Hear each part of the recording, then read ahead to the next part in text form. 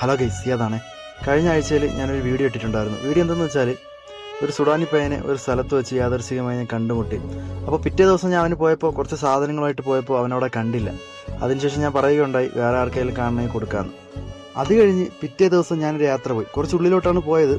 അവിടെ ചെന്നപ്പോൾ രണ്ടാൾക്കാരെ ഞാൻ പരിചയപ്പെട്ടു. ഒന്നൊരു യു പിക്കാരനെയും അതുപോലെ തന്നെ ഒരു എത്യോപ്യക്കാരനെയും. അപ്പോൾ യു പിക്കാരന് എൻ്റെ കയ്യിരുന്ന ആ ഒരു പയറുവർഗ്ഗം ഞാൻ കൊടുത്തായിരുന്നു, 2 എണ്ണം കൊടുത്തായിരുന്നു. ബാക്കി 2 എണ്ണം ബാക്കിയുണ്ടായിരുന്നു.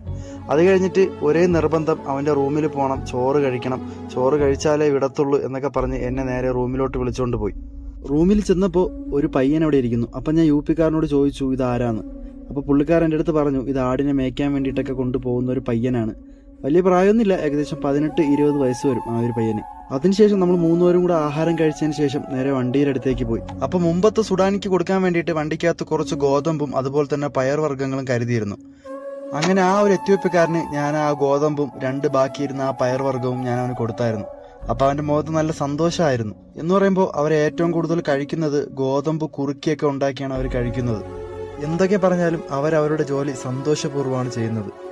ഒരു സൈഡിൽ മനുഷ്യനെ കൊല്ലുന്നു, ഒരു സൈഡിൽ മനുഷ്യൻ ജീവിക്കാൻ വേണ്ടി കഷ്ടപ്പെടുന്നു.